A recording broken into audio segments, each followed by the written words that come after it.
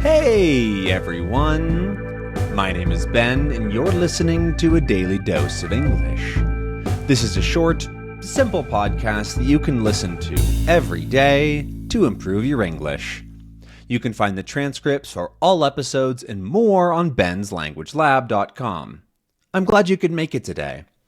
In this episode, we're going to be talking about chocolate. Chocolate, the delicious, sweet, usually, treat that is in a ton of candy and drinks and sweet things all over the world. And I quite like chocolate. I don't know if that's an uncommon thing to say, but I think chocolate is very delicious. And so I want to talk a little bit about it today in this episode. So chocolate is a pretty old food in the world because the plant, the cocoa bean, is from sort of the Mexico area, Central America, and has been consumed for a very, very long time in human history. However, in the modern times, we're much more used to it being processed down to the more, the cocoa essence, cocoa butter, cocoa powder, and then creating what we call and think of as chocolate, which is a many steps away from the original plant, but it really enhances that flavor and concentrates it and brings in a couple of additional flavors depending on what kind of chocolate you're eating. And we put that flavor absolutely everywhere. It's in many ways the default ice cream flavor, at least in the US, and I think around a lot of the world. Chocolate and vanilla are the two most common ice cream flavors in all of the US, and you can assume that if there's just two options, those are the options. You have the choices of chocolate or vanilla. And I typically go for chocolate. However, I do really like vanilla ice cream, especially if it goes with pie or something like that, or there's something on top. However, if it's usually out and about, the chocolate is almost always better. You have to get like a nice tub of vanilla ice cream for it to really be worth it. However, I don't really eat that much ice cream, honestly, and so I don't have that much chocolate ice cream. I use a lot more chocolate chips or of a chocolate bar necessarily for baking is a common use. So making chocolate chip cookies or actually that's mostly it. I don't think I use chocolate chips for much else than chocolate chip cookies, but you don't need to. Chocolate chip cookies are freaking delicious. Actually, my favorite cookies usually include cinnamon and oatmeal, and so I really like cinnamon and oatmeal raisin chocolate chip cookies are really good.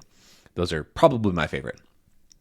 But I do eat a fair amount of chocolate in a bar. Not like a lot. I don't think I eat too much like chocolate compared to the average person.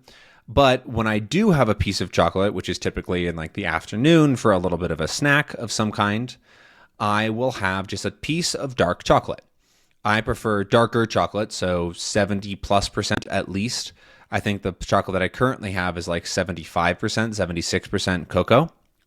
And so it's a lot of a stronger chocolate flavor. It's a little bit more bitter. And a lot of people don't really like dark chocolate because it doesn't taste that good to them. However, I think they're wrong. I think it's very delicious. And I have a little bit of a chocolate every so often, probably every other day, maybe every day if I'm really feeling having a tough time at work or whatever. I might go get a little bit of extra chocolate. Chocolate is also really common in candy, like I mentioned earlier.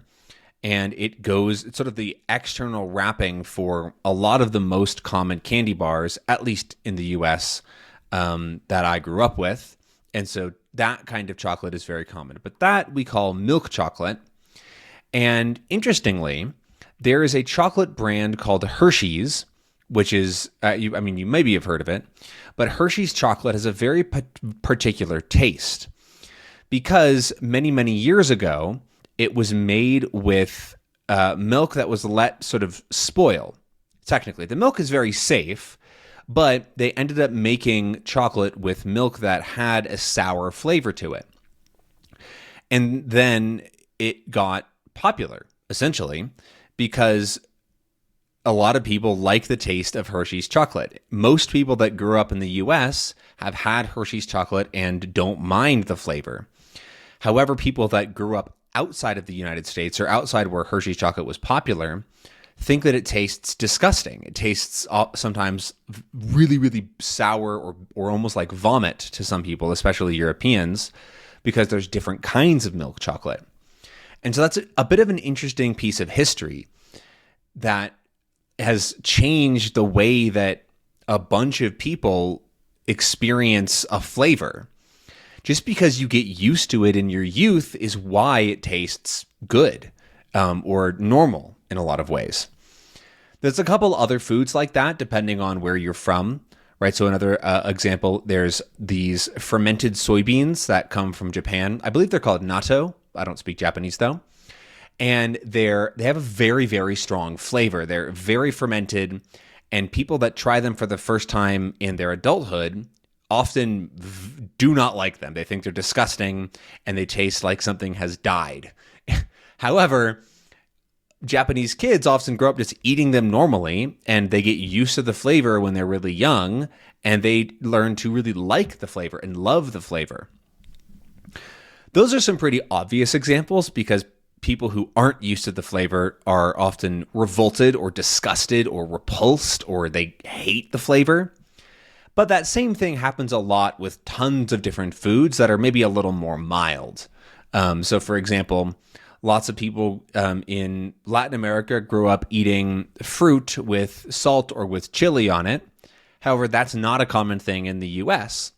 And it's not like it's gross. People just don't really like it that much in the US, usually, unless they grew up eating it, because it's not something that is necessarily restricted by borders. But okay, I'm getting way off topic though. I was talking about flavors and getting used to a flavor of chocolate, and especially Hershey's being sort of known for that weird flavor that it has. But going on with chocolate, there's a lot of other ways that we use chocolate. For example, cocoa powder is a really common baking ingredient, as well as chocolate chips and shredded chocolate or whatever you want to use it for. And cocoa powder is great for making cakes or for making things have a chocolatey flavor. If you make smoothies, even, you can put some cocoa powder to give it a bit of a cocoa flavor and make your drink kind of brownish. That's not the best use of cocoa powder in a smoothie, honestly. Like, it does look a little bit suspicious. However, it tastes really good.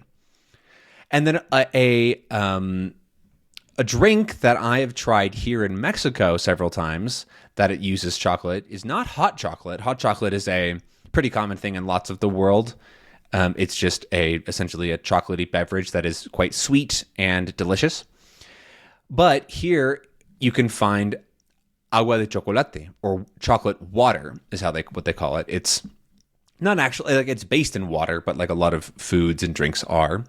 But it is essentially a sort of cold chocolate smoothie, and it only has a little bit of sugar or sweetener, and it's primarily sort of chocolate powder, or like I don't really know exactly what it comes from, but it's a very chocolatey drink.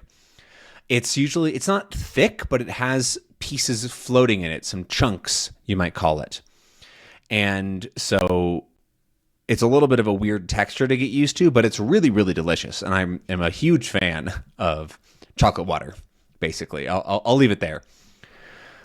I also want to talk a little bit about my sort of growing up with chocolate, because we never had candy in my house. Candy was not a thing that was around. However, we still liked sweet treats and things. However, we wanted to have them be a little bit more, a little healthier instead of leaving everything up to Snickers bars or whatever. But we ended up using a lot of chocolate for that, because chocolate is really good. And so we would buy lots of chocolate that was usually from local places that would do their own chocolate bars and add interesting flavors and create good chocolate bars. And so still to this day, a common gift from my mother is chocolate. She'll buy a nice chocolate bar and give it to me as a gift for my birthday, Christmas, whatever it is. Typically, a nice chocolate bar in the US is relatively large, right? It lasts a good while, but they can be upwards of $15 to $20 depending on how nice the chocolate is. And so whenever I get a really nice chocolate bar like that, I like to savor it and make it last a long time. Normal chocolate's not that expensive. It does get a little bit spendy, right? It's not cheap, but it's relatively affordable if you want to have chocolate. And then the last chocolate, I guess, memory I want to share is a Christmas tradition that my family had of making hot chocolate every time, like during the scene in a movie where they sang a song about hot chocolate. That was not a very great description, but there's a Christmas movie that we would watch every year called The Polar Express. And there's a scene relatively early in the movie called where they sing a song that is all about hot chocolate. And so at that point, that's when we would go make hot chocolate to drink, and it was very delicious. And all we did for that hot chocolate was milk, cocoa powder, maple syrup, and I think that's it. I don't think there was anything else in that hot chocolate, and it ended up really, really good. And so if you don't have any like box hot chocolate and you have those ingredients, try it, or something similar. I bet it would be really good with honey or any kind of milk, even if it's not necessarily cow's milk. But anyways, I've talked enough about chocolate for today. I hope that you enjoyed this episode and maybe learned a thing or two about some words or chocolate. And let me know down below what you thought. I'll see you tomorrow. Bye!